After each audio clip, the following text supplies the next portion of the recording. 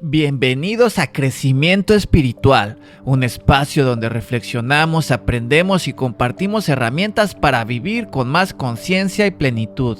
Mi nombre es Luis Villalba y seré su compañero en este camino de transformación. Gracias por estar aquí, por darte este momento para ti. Y ahora sí, vamos a comenzar con el tema de hoy.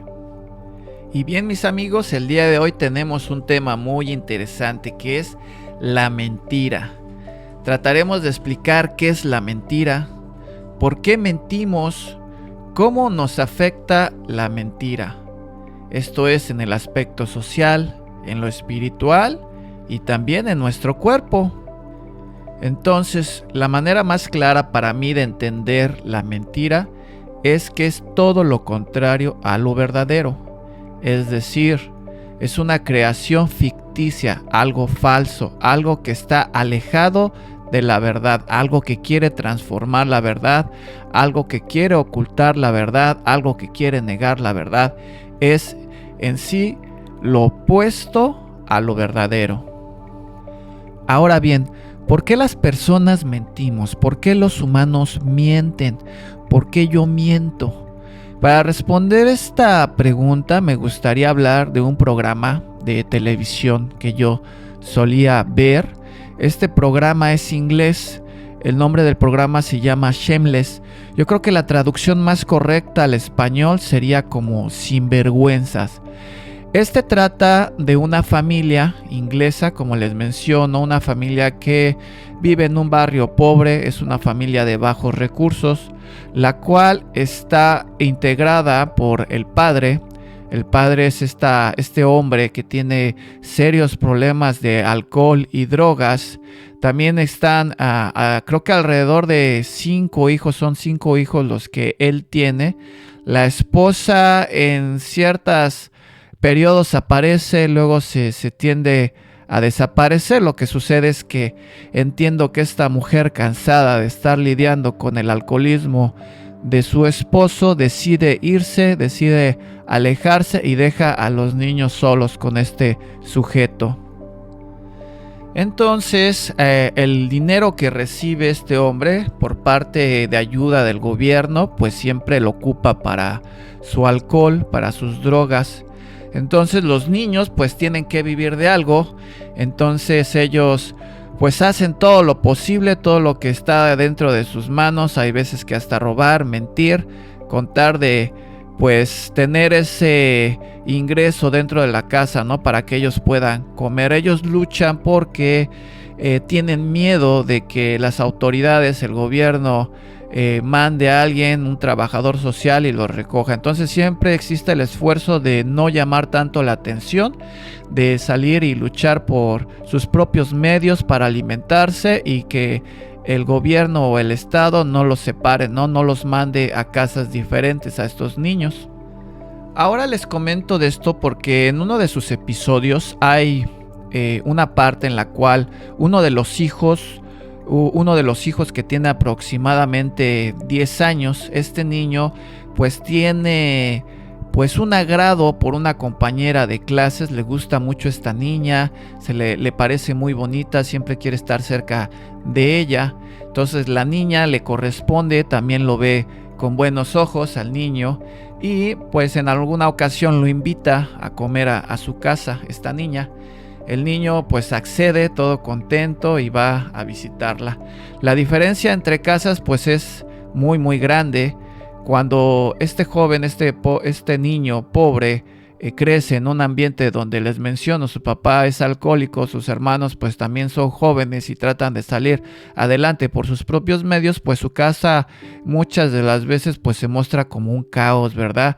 Siempre tiradero, siempre la comida es escasa, siempre es un desorden, gritos, un tremendo desorden. Y ahora bien, en contraste con la casa de la niña, ella es hija única, su papá, creo, si no mal recuerdo, es abogado, su mamá es doctora, su casa es un departamento súper hermoso, un comedor muy lindo, preparan una comida muy especial. Para él es algo así como muy asombroso porque es algo que claro, él no acostumbra a comer. Para ellos se ve que es una comida regular, ¿no? Todos sentados, acompañándose para disfrutar de los alimentos limpios, sonriendo, conviviendo de una manera muy sana, muy linda, algo que para él pues es algo que no pues solía él vivir en su casa. Entonces ve las diferencias entre la casa de esta niña, la situación familiar de esta niña y la que él vivía en su propio hogar. Los papás de la niña están muy contentos de que ella haya traído a su amiguito. Lo reciben con mucho cariño, lo atienden, le dan de comer y pues empiezan a hacer preguntas, ¿no? Yo creo que como todos padres curiosos, y le preguntan a este joven a qué se dedicaba su papá. En ese momento el niño, gran actor, la verdad es que me transmitió esa sensación de incomodidad ante esa pregunta, ¿no? Yo ya llevaba varios capítulos viendo la serie y entendía que el señor, su papá de este niño, pues no era una gran persona, ¿no? Todo lo contrario, era una persona que, pues vaya, tenía muchos problemas. El niño se quedó como en silencio por unos segundos y después, pues surgió, yo creo que lo primero que se le vino a la mente y dijo: mi papá es un piloto de avión, él es muy importante, tiene mucho trabajo, pero también tiene que salir mucho de la ciudad porque pues tiene que volar, tiene que salir, casi no está con nosotros. Entonces, de alguna manera, este niño cambia su realidad, altera la verdad, miente, porque se siente muy incómodo al decir que su papá pues tiene problemas. El reconocer y aceptar que su situación no es la que él pues desea tener, eso para él le produce vergüenza y prefiere omitir la verdad, es más, cambiarla, mentir y decir algo que es simplemente falso, que es una falacia, que no existe, simplemente para protegerse, como un medio de protección para él mismo. Y yo lo entiendo, fue algo que me impactó cuando lo vi, porque algo así me sucedió a mí cuando yo era joven. Yo recuerdo que en más de una ocasión, estando en la escuela, los maestros solían preguntarnos a nosotros como alumnos, al salón en general, a qué se dedicaban nuestros padres. No puedo decirles cuál era el motivo o el porqué de este cuestionamiento, pero era algo que usualmente ellos hacían y era algo que me hacía sentir muy incómodo. Yo recuerdo que empezaban con el compañero que estaba al inicio de la fila y así iban preguntando de enfrente hacia atrás y después cambiaban de fila y cada uno de mis compañeros iba explicando a qué se dedicaban sus papás, ¿no? Entonces había el compañero que decía: no, mi papá es doctor, mi papá es abogado, mi papá es arquitecto, mi papá es comerciante, mi papá es chofer, mi mamá corta el cabello y cosas de ese estilo. A mí eso me ponía muy nervioso porque en aquellas ocasiones o en aquellos tiempos más bien, mi papá pues no estaba con nosotros. Mi papá tuvo muchos problemas de alcohol y también drogas, y en muchas de esas ocasiones mi papá también estaba anexado, ¿no? Durante esos tiempos mi papá estuvo anexado.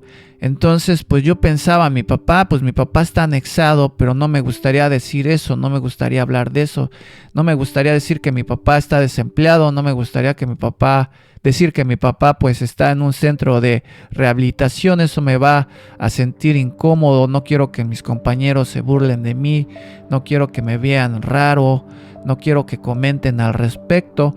Entonces pues decía lo primero que se me venía a la mente, ¿no? Cuando llegaba mi turno yo decía: mi papá es obrero, o mi papá es algo que mi papá no era, algo que en ese momento me hacía sentir bien, algo que cambiaba mi realidad y cumplía ese objetivo de hacerme sentir bien por ese momento, por ese instante.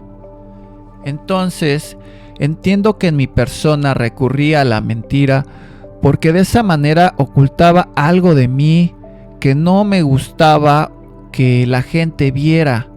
Yo de esta manera podría ocultar algo que me hacía sentir mal, algo que no quería que el mundo viera de mí. Entonces, a través de esta acción, yo podría crear una realidad ficticia que en ese momento podría hacerme sentir mejor. Entiendo entonces que cuando yo era niño, estas prácticas, este recurrir a crear escenarios falsos, mentir para cambiar mi realidad, me alejaba de lo que realmente era yo como persona. Es decir, el tener un padre con ese tipo de problemas no determinaba quién era yo como ser humano, la importancia que yo tenía como persona. Y eso también, el alejarme de la verdad, de lo verídico, de lo que realmente me compone, me acerca también a un estado de soberbia. Y aquí hay algo también muy interesante que les quiero compartir. Es una memoria que tengo. Yo creo que tenía como aproximadamente 6 años. Estaba yo en casa con mi mamá y mi mamá me manda a la tienda a comprar un jabón para lavar ropa. Recuerdo que salgo de la casa, caminé hacia la tienda y afuera de la tienda estaba mi papá con uno de sus amigos y estaban tomando, tenían unas cervezas afuera del establecimiento. Me ve mi papá, me pregunta: ¿qué pasó, hijo? ¿Qué haces? ¿A dónde vas? Le digo: es que vengo aquí a la tienda, voy a comprar un jabón que mi mamá necesita. Pues órale, pues vaya, cómprelo y váyase a la casa. Entonces me acerco con el señor de la tienda, se asoma: ¿qué te puedo vender, niño? Y le digo: deme un jabón para lavar ropa. Y entonces él me pregunta: ¿qué marca quieres? Mi mamá me especificó, no me especificó marca. Yo le dije: ¿cuál traigo? Ella me dijo: dile que el más barato que tenga. Y fue lo mismo que le pedí al señor: deme el más barato que tenga. En ese momento mi papá saltó, se acercó muy molesto a mí y me dijo: no, jamás debes de hacer eso. Tú siempre pide lo más caro y nunca pida lo más barato. Eso es como de perdedores. Entonces pienso que la actitud de mi papá pues fue vergüenza. Él estaba con su amigo, estaba creándose pues esas imágenes, ¿no? Esas historias de borrachos en la que pues pretende ser más macho que el otro. Y yo creo que el escuchar a su hijo llegar a la tienda y pedir lo más barato no fue algo que pues lo hiciera sentir bien en su ego. Reaccionó rápidamente, me corrigió y me dijo que lo que estaba haciendo era malo. Entonces pues eso se me quedó muy grabado en mi mente. Me alejé con mi jabón en la mano y con esa gran lección: siempre es preferible decir una mentira, algo que cambie la realidad, aunque no sea cierto, aunque no sea verdadero. Eso no importa. Vamos a dar una imagen al mundo de lo que no somos, porque eso es lo que realmente importa. Entonces entiendo que la soberbia es un exceso de orgullo, algo que nos hace sentir superiores a los demás. De hecho, entiendo también que es uno de los pecados capitales. Hay algunos que dicen que inclusive es el más importante o el más fuerte, y esto es porque este impide que los demás sean vistos, es decir, que los demás pecados sean vistos. Recuerdo mucho a un orador que él definía a la soberbia como, o la comparaba como esas perritas, esos perros que tienen a sus crías en la calle, perros callejeros. Desgraciadamente, bueno, la gente que vive en barrios populares ha vivido estas circunstancias, ¿no? Los perritos que desgraciadamente no tienen hogar y pues tienen que tener a sus crías en la calle, no hay un programa de esterilización. En fin, la cuestión y la comparación es porque a pesar de que estas perritas son de la calle y viven por el amor pues de los vecinos que les regalan un platito de comida por la caridad de la gente pues de la cuadra donde ellas habitan, pero en realidad no pertenecen a alguien. Pero esto no implica que estas perritas pues cuiden con todo lo que pueden o tienen a sus crías. De hecho, tú sabes, o los que crecimos en esos vecindarios, tú sabes que de entrada no es tan fácil acercarte o no te deberías de acercar, porque cuando las crías están pequeñas, la mamá siempre sale y siempre va a pelear y te puede atacar y te puede morder si ella ve que te estás acercando demasiado a sus hijos. Entonces este orador decía que la soberbia era como la perra que cuida a sus hijos, y cada una de sus hijos son sus defectos. Entonces la soberbia va a hacer todo lo posible para que tú no puedas ver el defecto, para que no puedas ver cómo el defecto te ha afectado a ti en tu vida, cómo te seguirá afectando, y por lo tanto, pues hacer algo para cambiarlo, para cambiar tu manera de vivir. Entonces entiendo que mi soberbia va a hacer uso de la mentira para crear estos escenarios falsos, para proteger estos defectos de carácter que me van a hacer infeliz el resto de mi vida. Entonces, para curar esto, tenemos que entender que la contraria de la soberbia es la humildad. Decía la Madre Teresa de Calcuta que humildad es verdad, es decir, lo que es verídico, lo que es cierto, todo lo contrario a lo que es la mentira, la falacia, lo que es ficticio. Bueno, entonces ya tenemos una idea de lo que es la mentira, el por qué es que nosotros creamos esas mentiras. Ahora me gustaría un poco hablar sobre los daños que la mentira provoca en nuestras vidas. Y yo creo que de entrada lo primero que podría yo decir es los daños que nos causa socialmente. Y sin duda, socialmente son grandes los daños que nos podemos producir a nosotros mismos cuando nos conducimos con mentiras. Nuestras relaciones familiares no van a ser buenas. Nuestras relaciones personales con nuestras parejas, esposos, hijos, jamás podrán crecer en plenitud cuando nosotros nos conducimos con mentiras. En el aspecto laboral, de la misma manera, nuestra economía siempre estará estancada cuando nosotros nos guiamos con falsedad. Aquí se me viene a la mente el ejemplo del doctor. Imaginemos que tenemos un fuerte dolor de cabeza, un dolor de cabeza que ya lleva con nosotros días, no nos deja pensar, no nos deja actuar. Decidimos ir al doctor. Cuando llegamos al doctor, nos pregunta qué es lo que tienes, qué es lo que te hace sentir mal. Y si nosotros, en lugar de decir doctor nos duele la cabeza, decimos doctor nos duele el estómago, pues bien, el doctor nos dará un tratamiento, quizá nos dé medicinas, algunas recomendaciones para que podamos liberarnos de ese dolor estomacal. Pero lo que realmente nos duele es la cabeza. Si nosotros no atendemos lo que realmente nos duele, no le decimos que realmente nos duele la cabeza, pues él cómo nos va a ayudar.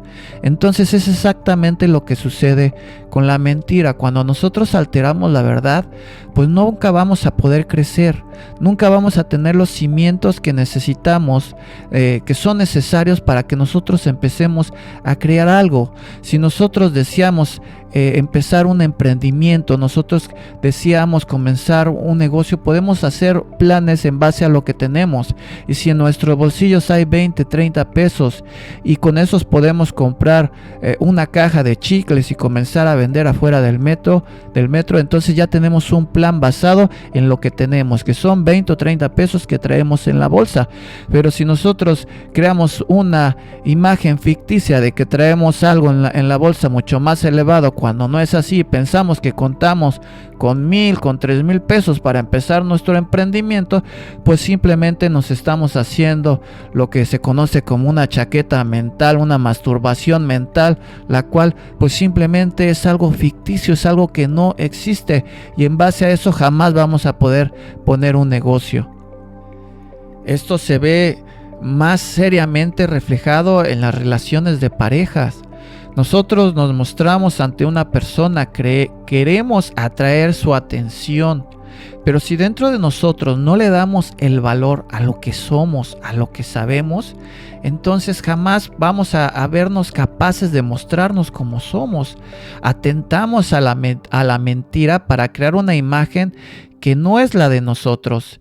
Entonces, pues empezamos una relación en base a mentiras, en base a falacias, y en cierto momento esto se va a venir abajo. Todo lo que tú construyas en base a la mentira, tarde o temprano se va a derrumbar, se va a destruir porque no tiene cimientos fuertes. La verdad es la única que nos va a dar esos cimientos en los cuales nosotros vamos a poder construir algo fuerte, algo que nos va a dar resultados y frutos en nuestra vida. Otro ejemplo se me viene a la mente. Hace poco vi un video en estos medios sociales en los cuales un niño le pregunta a su mamá. Esto como ejemplo de cómo afecta, ¿no?, el mentir o alterar esa verdad, ¿no? Esa comunicación, cómo se puede romper y darnos, pues, a los niños esos cimientos, esa seguridad de crecer, y el hecho de a veces omitir ciertas cosas. ¿Con qué intención? ¿No? Lo único que producimos es más confusión y crecer, que tengamos una generación de niños pues más confundidos y más desubicados.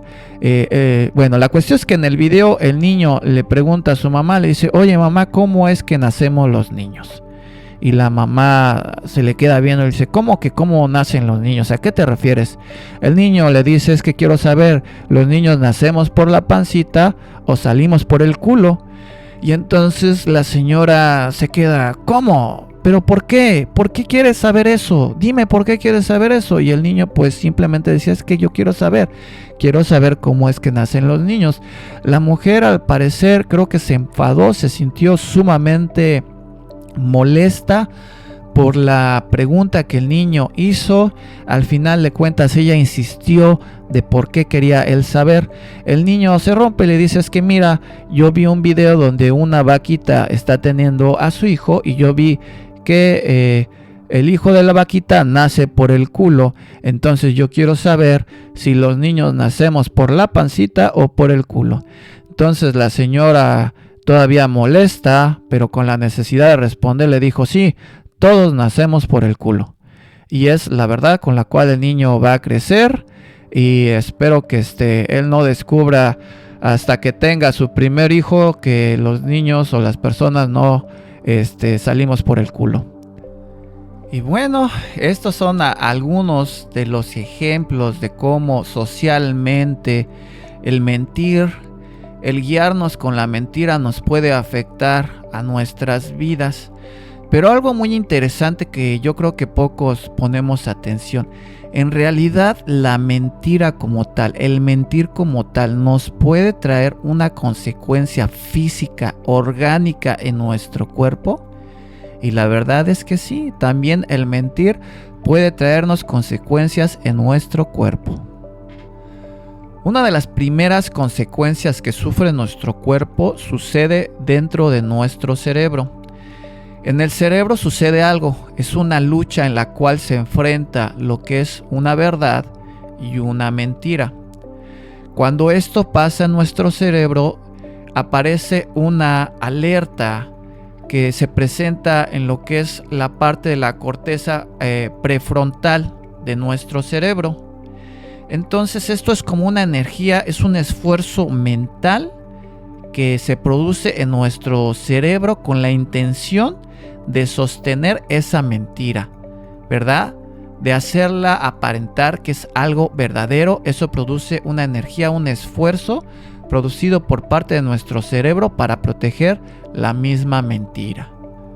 Entonces nuestro cerebro, para proteger esa mentira, está segregando sustancias, hormonas como el cortisol y la adrenalina, que son exactamente esas sustancias que producen el estrés en nuestro cuerpo.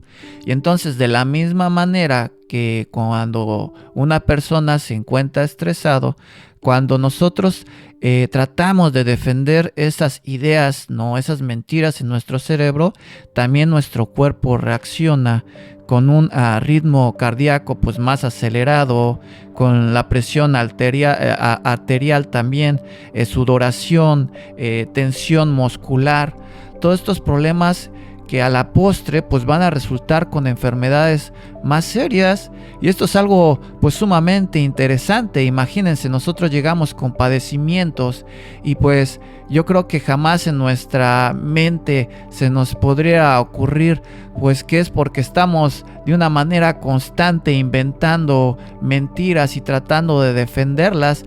Muchas veces podremos pensar, es que quizás es esto, es que tal vez pues mi alimentación no sea pues la más adecuada, o a lo mejor es algo que me resultó por otra cuestión, pero no nos podríamos dar cuenta que quizá esto fue generado por nuestra conducta, por esta obsesión de estar pues diciendo mentiras. Mantener una mentira implica recordar lo que inventaste. Y esto es muy interesante porque mira, si a ti o a mí nos sucedió algo, un suceso, si yo te platico a ti una anécdota que me sucedió hace 5 o 6 años o más, no importa.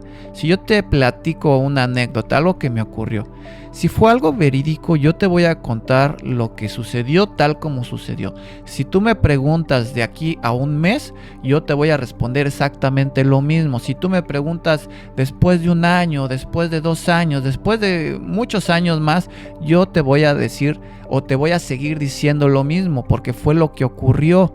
Mas sin embargo, cuando una persona miente, te podría decir, sí, ¿sabes qué? Sucedió esto. Cuando es una mentira, entonces si tú le vuelves a preguntar, oye, entonces, ¿cómo fue que sucedió? ¿Quién dijo qué? ¿Cómo fue lo que pasó? Esta persona te va a cambiar esa verdad. Y si conformemente a través del futuro le sigues preguntando sobre ese acto, siempre te va a estar cambiando su versión, porque así es la falsedad. O sea, es algo como no sucedió, pues tiene que mantener un esfuerzo para tratar de recordar lo que te dijo, lo que inventó. Como fue algo que realmente no sucedió, pues entonces sí va a implicar un esfuerzo para estarlo recordando. Entonces, este consumo de energía que necesitas llevar a cabo para pues seguir mintiendo, para seguir sosteniendo tu mentira, te puede traer como consecuencia vivir con temor, a ser descubierto. Esto te va a generar ansiedad, insomnio, fatiga, problemas digestivos y a largo plazo este exceso de cortisol y esta tensión interna puede debilitar nuestro sistema inmunológico y de esa manera pues podemos enfermarnos. Entonces tenemos que entender que el mentir puede enfermar nuestros cuerpos. Entonces, mis amigos, queda claro que el mentir nos va a afectar socialmente como personas, que el mentir también nos va a traer un problema de salud a nuestros cuerpos. Y ahora bien, nos queda lo espiritual. ¿Cómo nos puede afectar el mentir a nuestro espíritu, a nuestra alma? De entrada puedo decir que todos los que buscamos un crecimiento como personas, un crecimiento espiritual, deseamos tener una conexión con un estado de conciencia más avanzado. La mentira va a producir todo lo contrario. La mentira es una desconexión de lo que es verdadero, una desconexión de lo verídico, una desconexión, por lo tanto, de ese nivel de conciencia más elevado. Entonces, todo aquel que desee crecer como persona, que desee crecer espiritualmente, debe de tener como fundamento y primer base el ser auténtico, el ser verdadero, el ser honesto consigo mismo. Solamente una base fundamentada en la verdad nos va a dar ese crecimiento espiritual. De otra manera, no vamos a llegar a ningún lado. Por lo tanto, solamente el ser honestos es lo que nos va a dar las bases para crecer. Esto significa que toda la gente tiene el derecho a saber nuestra pura y neta verdad. Yo quisiera aquí anexar algo. Debemos de ser honestos y verdaderos con nosotros mismos, con nuestras intenciones, con lo que queremos. Si en cierto momento hay circunstancias que las gentes no necesiten saber de ustedes, yo creo que también es de alto valor saber decir que no. Y saber y tener entendido que hay información que es privada, que es personal y que la gente no necesita saber. Entonces eso también es básico, no porque nosotros queramos vivir bajo estos nuevos principios, pues significa que la gente necesite saber también toda nuestra información, ¿verdad? Lo importante es ser verdaderos, ser honestos con nosotros mismos y eso nos va a dar las herramientas para triunfar en la vida, para que nuevas cosas lleguen a nuestra vida, y esto es la intención de este podcast, de este episodio, que ustedes pues se abran canales en los cuales ustedes puedan investigar más del tema, que puedan llevar esto a la práctica y que se vea reflejado en sus vidas a través de amor, a través de abundancia, a través de felicidad. Ese es mi más grande deseo. Yo por el momento estoy muy contento nuevamente de estar con ustedes. Les agradezco el estar aquí, el darse la oportunidad. Me encantaría ver sus comentarios, eso me agrada mucho. Sería para mí un acto de amor muy muy grande si ustedes pueden compartir este podcast con alguien que ustedes considere le pueda gustar, le pueda servir. Lo agradezco mucho. Les pido por favor me apoyen siguiendo este canal, ya sea en Spotify, en YouTube. Les agradezco mucho. Me despido deseándoles lo mejor de la vida, mucha abundancia, mucho amor, mucha felicidad en sus vidas. Les mando un fuerte abrazo. Yo soy Luis Villalba, su servidor. Este es Crecimiento Espiritual. Un fuerte abrazo y estamos en contacto, mis amigos. Hasta luego.